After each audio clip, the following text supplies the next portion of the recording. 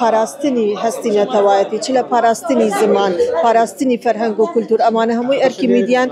بگمان سالانه امیاده برسراده گیرت لهرمی کردستان لبر اویاده کی مزنو گوره لالان روزنامه نوسانو لالان تواوی برپرسانی هرمی کردستان و بچاوی کی برز و امیاده ذکرت و سالانه اوی جگی خوشحالیه که سالانه لگل او پیشکوتنی که سردم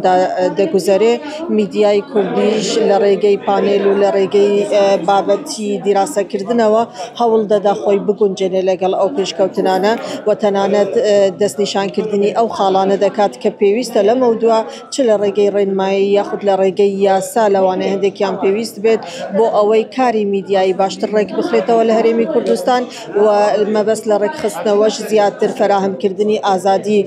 باشتر هم بو کاری روزنامه نویسی هم بو هر تاکی که لهرمی کردستانه بگمان ما پرسیاری کی گرینگ بالام با ولام دانه و هر ولامیک بدینه ولامیک کی بینین و دیدگای کسیه با ولامیک کی تندرست لوانه پیوستمان بناونده کی زانستی گوره هبید با دراسه کردنی او بابته ولی کولینو تویجینو او